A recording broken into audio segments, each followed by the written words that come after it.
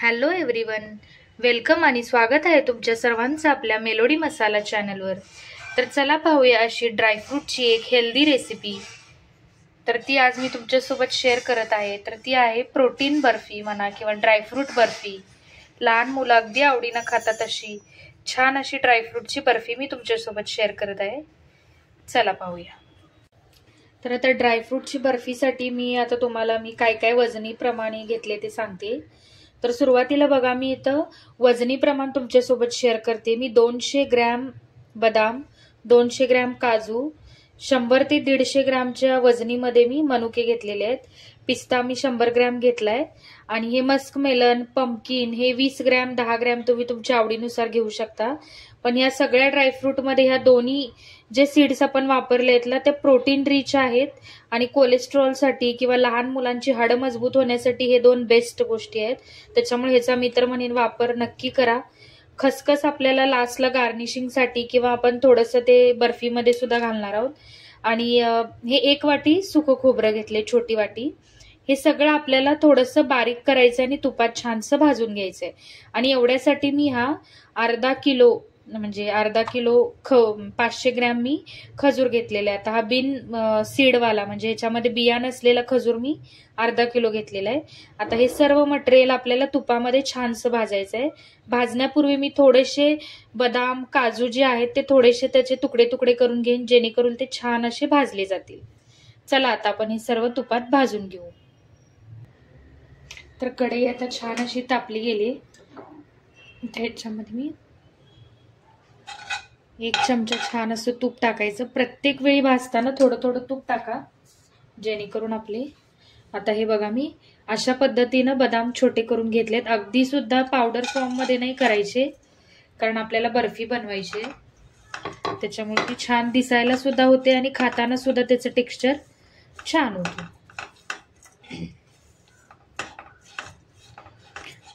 अगदी प्रत्येक ड्रायफ्रूटला आपल्याला 2-2, 3-3 मिनिटं भाजायचं आहे। सगळ्यात जास्त वेळ याच्यामध्ये खजूरला लागतो, कारण खजूर छान असे एकजीव होऊन ते मेल्ट झालं पाहिजे। म्हणजे आपल्याला ते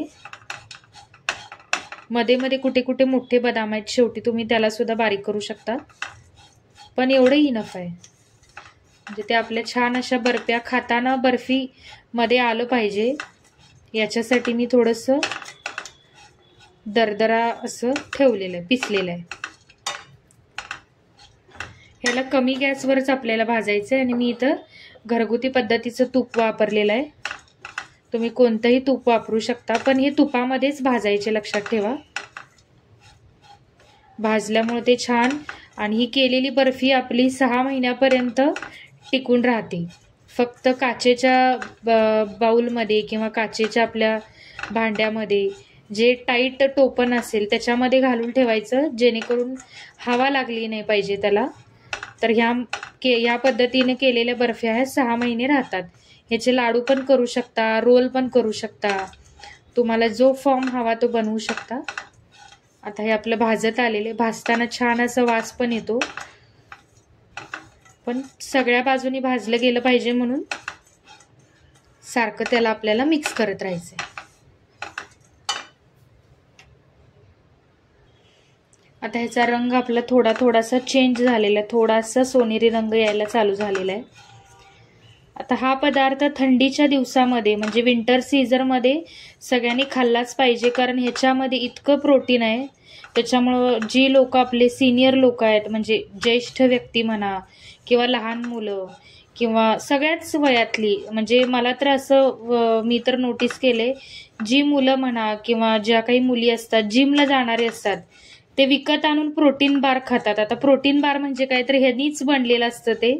तुम्ही बऱ्याचदा बघितलं असेल आपल्याला दुकानात किंवा डीमार्ट मध्ये वगैरे प्रोटीन बार मिळतात, ते हेच असतं। फक्त आता याला कोणी लाडूच्या रूपात तयार करतं, कोणी बर्फीचं नाव देतं, कोणी रोल म्हणून याचा वापर केला जातो।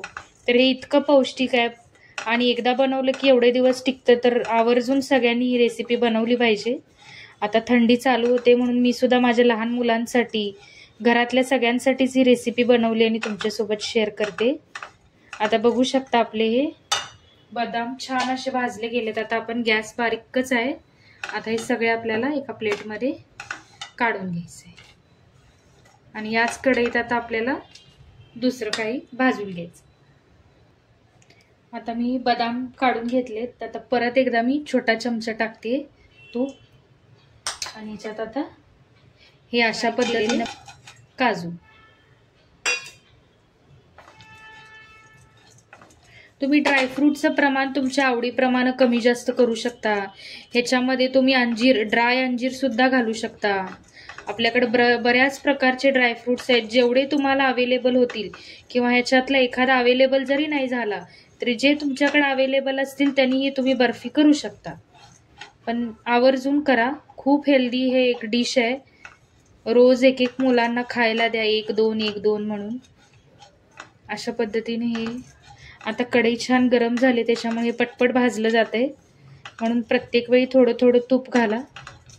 आता बघू शकता तुम्ही किती छान रंगावर भाजलं तिथे.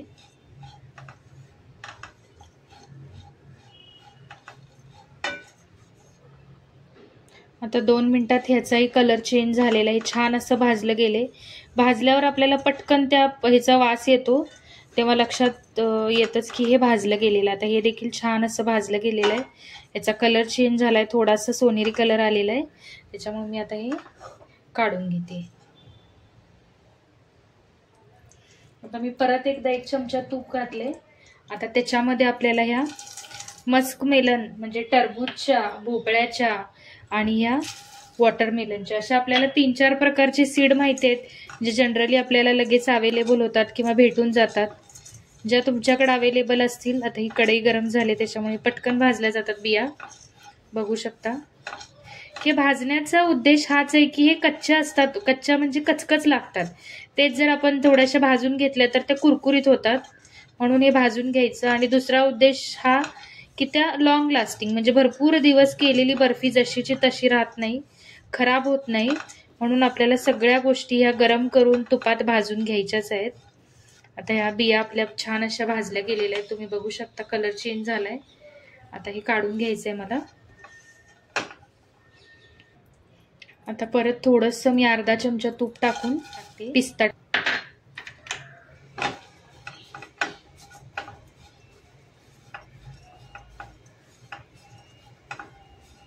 पिस्त्याला पण आपल्याला छान असं भाजून घ्यायचंय.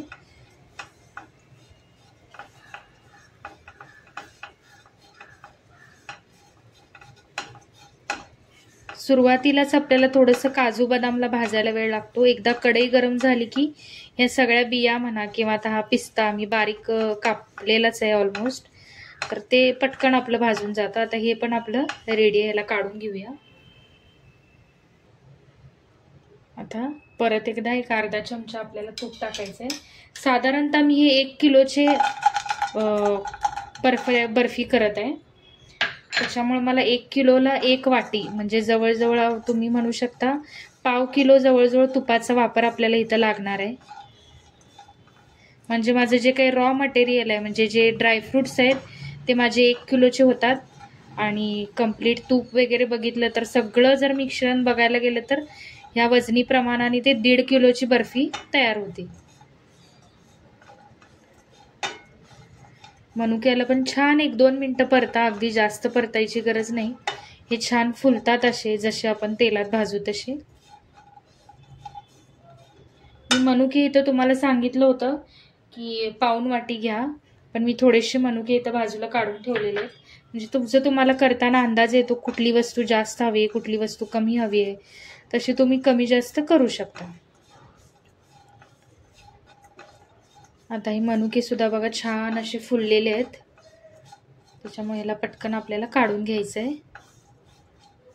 आणि ह्याच्यानंतर ह्याच कढईत आता मला खोबरं थोडंसं भाजून घ्यायचं आहे. खोबरं हे ड्राय असावं म्हणजे वाळलं खोबरं ज्याला आपण म्हणतो त्याचा आपल्याला बारीक किस करून घ्यायचं आहे.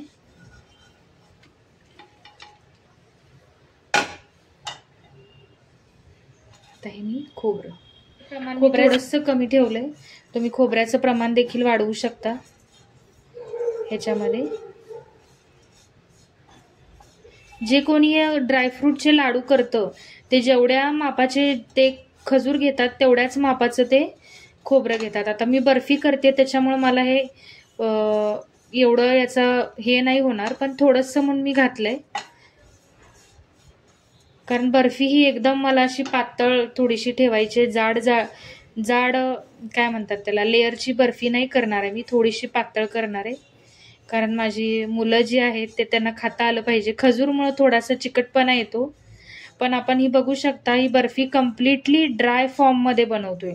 याच्यामध्ये ॲडिशनल मी साखर घातली नाही किंवा कुठली कोकोनट पावडर नाही वापरली. जे पदार्थ ज्या फॉर्ममध्ये अवेलेबल आहेत त्याच पद्धतीनं मी हे करते. म्हणून हे पौष्टिक असा एक थंडीच्या दिवसात खाण्यासाठी किंवा नॉर्मली 12ही महिने खाल्ला तर अगदी उत्तमच आहे. पण थंडीच्या दिवसात आपल्याला प्रोटीनची जास्त गरज असते, म्हणून हा केलाच पाहिजे पदार्थ. आता थोडासा गॅस मी मगाशी बारीक केला होता. थोडंसं ब्राउनिश कलर आणायचं आहे याला अगदीच आपल्याला, कारण ही ऑलरेडी ड्राय खोबरं आहे. बघा आता छान असा वास यायला लागलाय, त्याच्यामुळं मी हे खोबरं काढून घेते.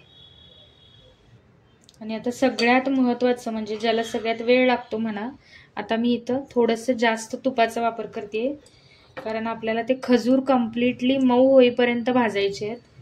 ते मऊ होईपर्यंत भाजताना थोडेसे कदाचित ते चिटकू शकतात कढईला. हे बघा, हे बी काढलेले खजूर मी इथं वापरलेले आहेत. असं ह्याला छानसं एक थोडा वेळ परतावं लागणार आहे आपल्याला. कारण जसं जसं हे गरम होईल तसं तसं ते आपोआपच मऊ व्हायला लागतं. आता ह्याला मी छान असं फोडून भाजून घेते.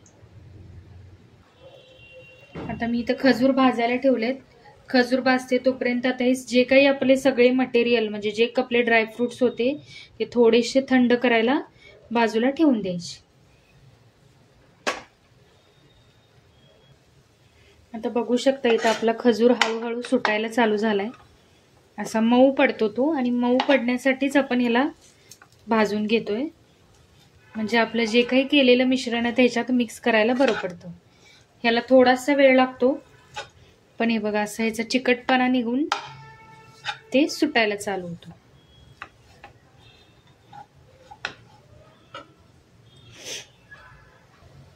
आता जवळपास 7-8 मिनिटं होत आले. तुम्ही बघू शकता आता आपला खजूर मऊ पडायला चालू झाला. याला सतत आपल्याला हलवायचं आहे कंटिन्युअसली, नाहीतर तो खाली लागला जाईल.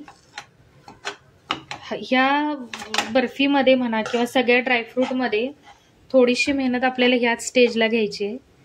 कारण ह्याला आपल्याला सगळा मऊ करून घ्यायचा आहे, त्याच्यामुळे थोडासा वेळ लागेल. पण हे बघा आता त्याचं मऊ मऊ पडायला चालू झालेलं आहे. पण ह्याला आपल्याला तसं सोडून नाही द्यायचं गॅसवर, कंटिन्युअसली आपल्याला याला हलवत राहायचं आहे, जेणेकरून हे सगळा एकजीव होईल. आता बऱ्यापैकी झालाय, पण मला अजून 10 मिनिटं लागतील ह्याला. मला कंप्लीट हे मऊ करून घ्यायचं आहे. बघू शकता आता हे असं मऊ मऊ व्हायला चालू झालेलं आहे. म्हणजे ते आपले जे काही ड्रायफ्रूट आहेत ना ते एकजीव होण्यासाठी म्हणून आपल्याला ह्याला शक्य तेवढं मऊ करून घ्यायचं आहे, स्मॅश करून घ्यायचं आहे. हे बघा आता हे व्हायला चालू झालेलंच आहे. जर एखाद्या वेळेस तुम्हाला वाटलं हे नसेल मऊ होत, तुम्ही मिक्सरला सुरुवातीला वाटलं तरी चालेल, पण ते मिक्सरला वाटले जात नाहीत खजूर चिकट असल्यामुळे. त्याच्यामुळे हीच पद्धत बेस्ट आहे. थोडा वेळ लागतो, पण ह्या पद्धतीने ते सगळे मऊ होऊन जातात. बघू शकता आता हे व्हायला चालूच झालेले आहेत, पण मी याला आणखी 5 ते 7 मिनिट भाजून घेणार आहे. आता 5 ते 7 मिनिटांनी बघू शकता हे बऱ्यापैकी सर्व आपलं खजूर आता मऊ झालेलं आहे, एकजीव झालेला आहे. कुठंच आता ह्याच्यात अख्खे खजूर नाही राहिलेले आहेत, बघू शकता. आता ह्याच्यातच मी या स्टेजला अगदी थोडीशी खसखस टाकून घेते, छान अशी ह्याच्यात भाजली जाईल. आता हा आपण गॅस बंद केलाय. आता हे खूप गरम आपलं मिश्रण असतं, त्याच्यामुळे 10 मिनिटं जाऊ द्यायची, आणि 10 मिनिटानंतर आपण जे काही हे ड्रायफ्रूट्स सगळे भाजून घेतलेले आहेत ते आणि हे दोन्ही आपल्याला एकत्र करून छान असं तुम्हाला पाहिजे ती बर्फी म्हणा किंवा लाडू त्याचा आकार तुम्ही देऊ शकता. पण हे थोडंसं थोडं म्हणण्यापेक्षा सध्या हे खूपच गरम असतं. एक 5 ते 10 मिनिटांनी थोडीशी वाफ गेली की हे थंड झाल्यावर आपल्याला सगळं एकत्र करून घ्यायचं आहे. तर आता इथं मी खजूर छान असा ताटात काढून घेतला होता. तो अजूनही बऱ्यापैकी गरमच आहे, कारण अगदी थंड झाला तर आपल्याला ते बर्फी वळता देखील येणार नाही. आता हे सर्व आपल्याला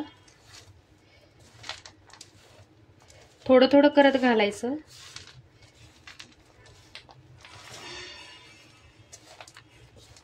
हे आधी मी आधी एकजीव करून घेते.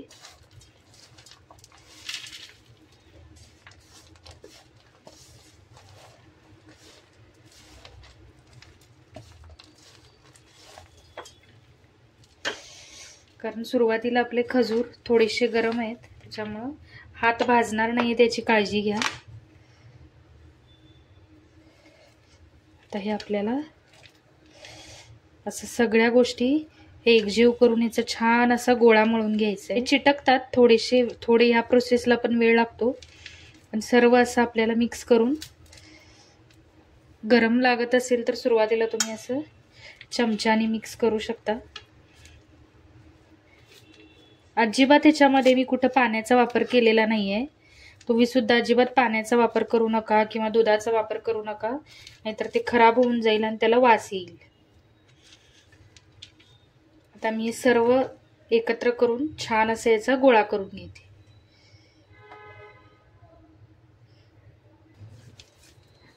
आता हे अशा पद्धतीनं छान जेवढं दाबून मळता येईल तेवढं मळून घ्या. आता मी हे 2 हाताने असं मळून असे रोल छोटे छोटे करून ठेवते. हे अजूनही मटेरियल थोडंसं गरमच आहे, पण आता हे छान एकामेकाला चिटकले गेलेत.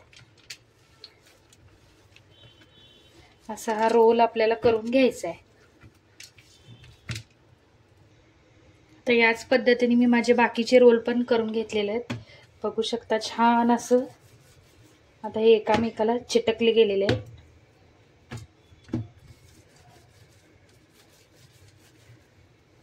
हे अजूनही थोडे कोमटच आहेत. आता इथे थोडीशी खसखस, आता मी खसखस भाजून घेतलेली आहे, थोडीशी स्प्रिंकल करायची आणि त्यात असा आपला रोल आता म्हणजे थोडंसं गार्निशिंगसाठी म्हणून आपण याचा इथं आता वापर केला आहे. दिसायलाही छान दिसतं. असा हा आपला रोल एक तयार आहे. आता हे आपण आता याचे छोटे छोटे पीसेस करून घ्यायचे. आता याच पद्धतीने मी माझे बाकीचे रोल तयार करून घेते. आता 10 मिनिटांनी बघू शकता आपला रोल अगदी थंड झालेला आहे. आता याच्या छान अशा आपण, आता मी इथं थोडंसं तूप लावून घेतलेलं आहे, कारण हे कट करताना कदाचित सुरुवातीला थोडंसं जड जाईल,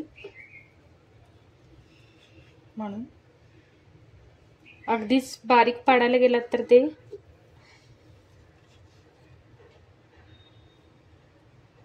बघू शकता छान अशी आपली ही बर्फी तयार होते. आता याच पद्धतीने मी बाकीच्या पण बर्फी पाडून घेते. हे कापताना थोडंसं हे बघा,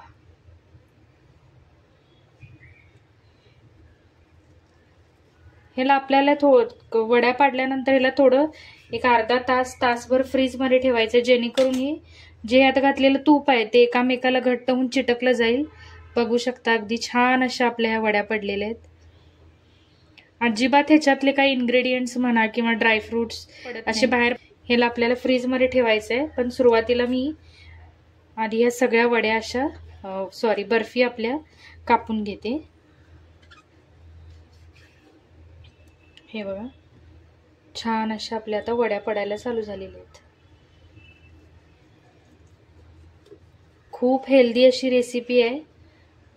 करायला थोडासा वेळ लागतो, पण नक्की ट्राय करा.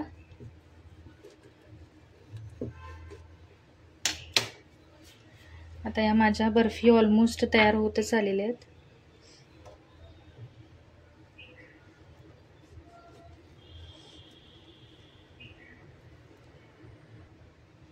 तर बघा अशा आपल्या सगळ्या वड्या अशा पद्धतीनं अशा पद्धतीनं तयार झालेल्या आहेत. बघू शकता किती छान अशा दिसत आहेत आणि अजिबात ही बर्फी तुटली जात नाही. हे बघा, आता याला मी एक अर्धा तास तरी जसं तुम्हाला सांगितलं तसं फ्रीजमध्ये ठेवणार आहे, म्हणजे अजून त्या जेणेकरून घट्ट होतील. पण नक्की ट्राय करा. आवडल्यास रेसिपी शेअर करा आणि कमेंट करून सांगा तुम्ही केला का, तुमची कशी झाली बर्फी. थँक्यू.